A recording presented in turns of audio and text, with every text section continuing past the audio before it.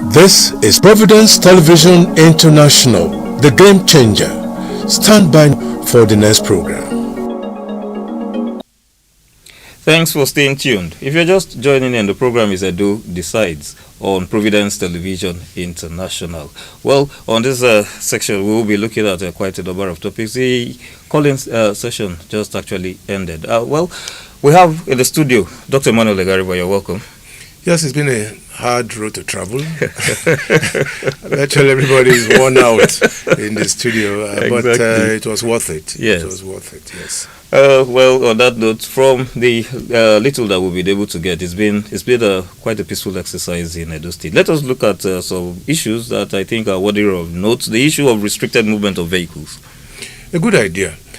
I mean, from the point of view of the fact that most of those vehicles, they could possibly be bringing in many elements who could disrupt the proceedings. So from that angle, yes, you could say that the electoral body was right, or the security outfits, they were right to have done that. But most of the vehicles are probably carrying interstate travelers. That was my worry. If you look at the picture there, Jane, please show it again. Yes, they were stranded, as it were. Perhaps for no fault of theirs, but if they had been listening to radio, watching television, they probably would have realized that Edo State today was a no-go area as far as road travel was concerned. But there must be an opportunity for the authorities to apologize to them, as it were. And I think they were going to stay there for quite some time until the polls closed. Yes. And on the other hand, it could also be possibly that some of those vehicles could just have been carrying suspicious elements into Edo State. All right. So that was preemptive, as it were. So I think that on those calls, they probably were right. Okay. Well, let's look at the other side. The weather was fairly inclement in the early hours. It was raining heavily. I think nearly all over the state there was a dark cloud for most parts. And this, I thought it was going to disrupt the movement of the electorate, but it didn't, surprisingly, because from our vantage position here at the broadcasting house, we could reach our primary school and Igbesana primary school fairly easily, and we could observe that the queues were long, in spite of the rains. Exactly. Some even anticipated that it would rain. They came in with umbrellas and things like that. However, this is a lesson to all residents of Edo State. When it's time for election, you must express your franchise in an open manner, unhindered. Yes. But I heard Solomon a little while ago, on transmission rather, that there was a fairly low voter turnout. I'm not too sure he talked about apathy. Well, you could, the words are interchangeable. If there's a low turnout, it means there is considerable apathy.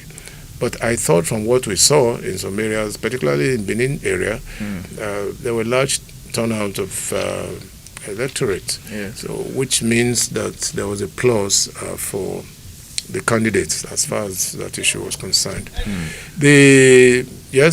Most of the activities started very early enough, a little while. In that picture, you saw people going through the checks to know if their names were on the register. And then shortly after that, they cross-checked again. This is part of the procedure, really. This is a beautiful one. They painstakingly checked. I could see the line, a fairly long queue of prospective voters. So this is good for our democracy.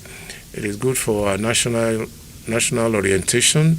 It is also good for the development of the process. I only just pray that at the end of it all today, we'll have victory going to the best candidate. That's our prayer. It has always been my supplication. And fortunately, there were not too many skirmishes. Normally, in an election such as this, you must have a few rough edges. Definitely. You can't rule that out. But so far, from the reports we have had, I don't know what is going to happen later on, but so far, few skirmishes here and there. And we have often talked about this, that there should be no arson, there should be no ballot box snatching, there should be no burning of electoral materials. Only in one place, so far as we are concerned, in I think a Go area, yes.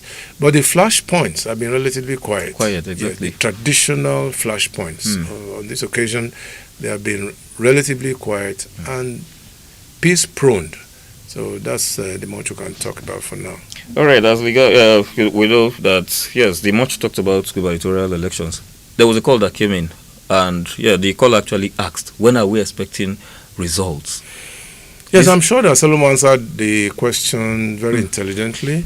He's not an INEC official. Yes. There might be a few things to delay.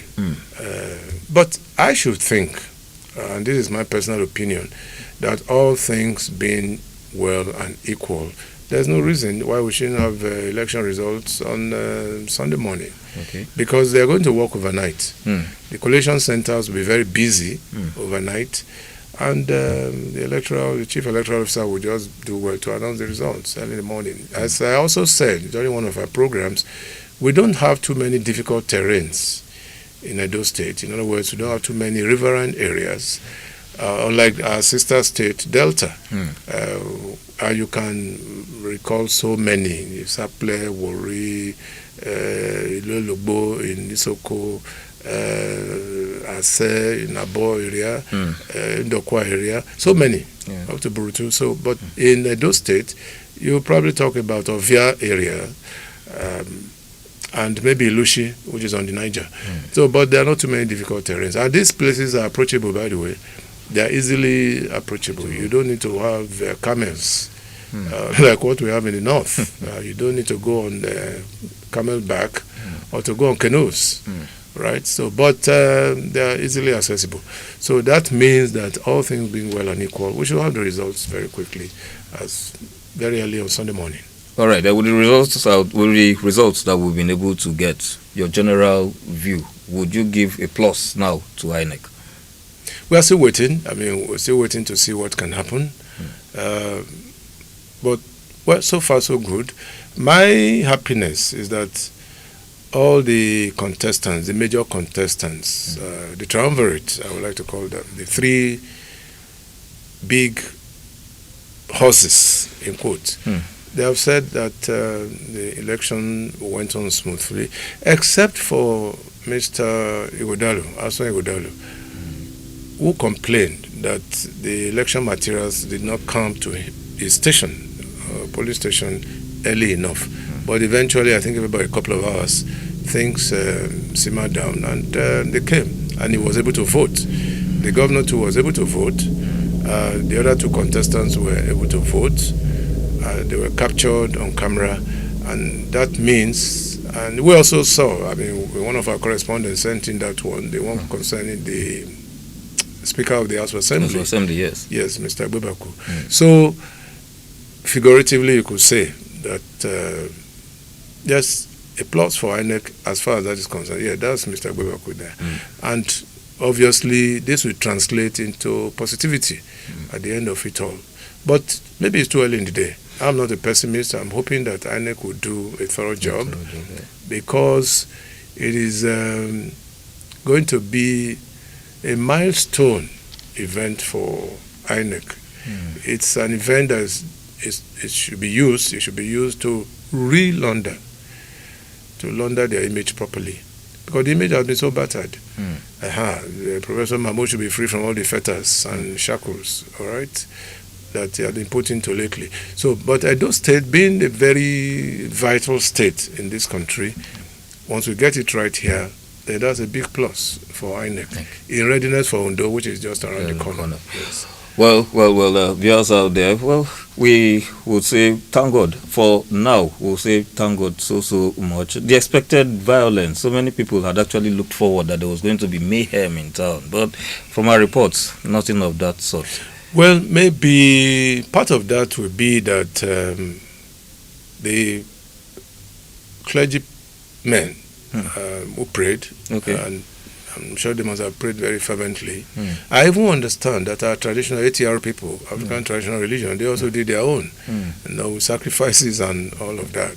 So all put together, I'm sure we're able to overcome some of these things. But by and large, maybe, and it just may be, that the political actors listen to us. Because we did advise that they should call their supporters to order. Exactly. I'm sure they have done it. We said it repeatedly on this station, that they should call their supporters to order. Yes. Usually around the Basin area here, it ends up in turmoil. Okay? But again, let's wait and see when the results will be announced. I think it's too early in the day. When the results are announced and there is disaffection, general disaffection, that may result in one or two things. But we'll just wait, we'll pray that as it is now, the status quo remains. We're looking forward to very positive results. And at the end of the day, both the winner and the losers should have a very warm handshake. Well, thank you very much, Dr. Gariba. Viewers out there, thank you so much. The program Edo Decides will continue, not today, will continue maybe by tomorrow or next, but it is on Edo Decides that will definitely come out to let you know the outcome of today's elections. On this note, I want to say thank you so much to all of you who actually stayed with us. Kindly go down to your YouTube. For those of you who do not know how to get to us, go down to YouTube, simply type in Providence Television International, and you are good to go. And for those of you who have not subscribed, please do that. Dr. Gariba, I believe you have a parting shot for our audience. Yes, parting shots. That's right. Eventually, when the results are released, I think we should be able to control our passion. All right? And this is where there will be room for litigations and all sort of things, but I'm not praying for that. That should go into litigation. First ballot. That's what I pray for. The election should end with the first ballot. Okay. And we shouldn't go into all the rigors of having to repeat the election in some areas. So far, so good. But let me just quickly say this, just to digress a little bit. From next week, we'll be coming on with more programs on this station. There'll be phone-ins. It was done today, and it was very successful. Yeah. There'll be other phone-in programs, and I urge all our viewers at home and abroad. When it was streamed at one point, and we had responses from people who are domiciled in the diaspora. That's a plus for this station. It's a young station. We need all hands to be on deck. The potential for this station is very high indeed, and we'll reach for the zenith, counting on the faithfulness of God Almighty. Yeah. Well, on this note, I want to say Providence Television International, the game changer. I am very, very happy because we did actually keep to our word to keep you updated on events, or rather activities as regards the election. On this note, I want to say once again, thank you very, very much for watching. At last, the glorious days of television are back. Welcome to Providence Television International, founded and powered by the one and only Emmanuel Igariba, the multiple award-winning producer. Providence Television International, reaching out to the world with very attractive and irresistible programs. With Providence Television International, it will be pleasure unlimited. We are also at your service for social event coverages and live streaming on our channel.